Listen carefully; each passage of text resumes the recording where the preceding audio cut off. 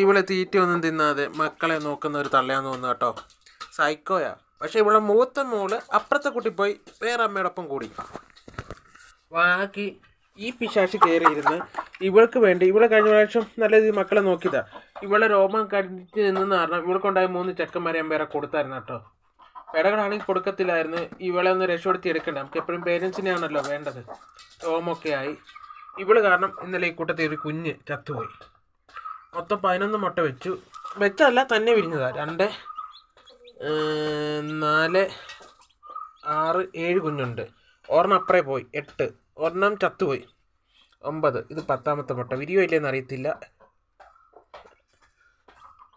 ഇത് വിരിയും കേട്ടോ. കരയുന്നുണ്ട്.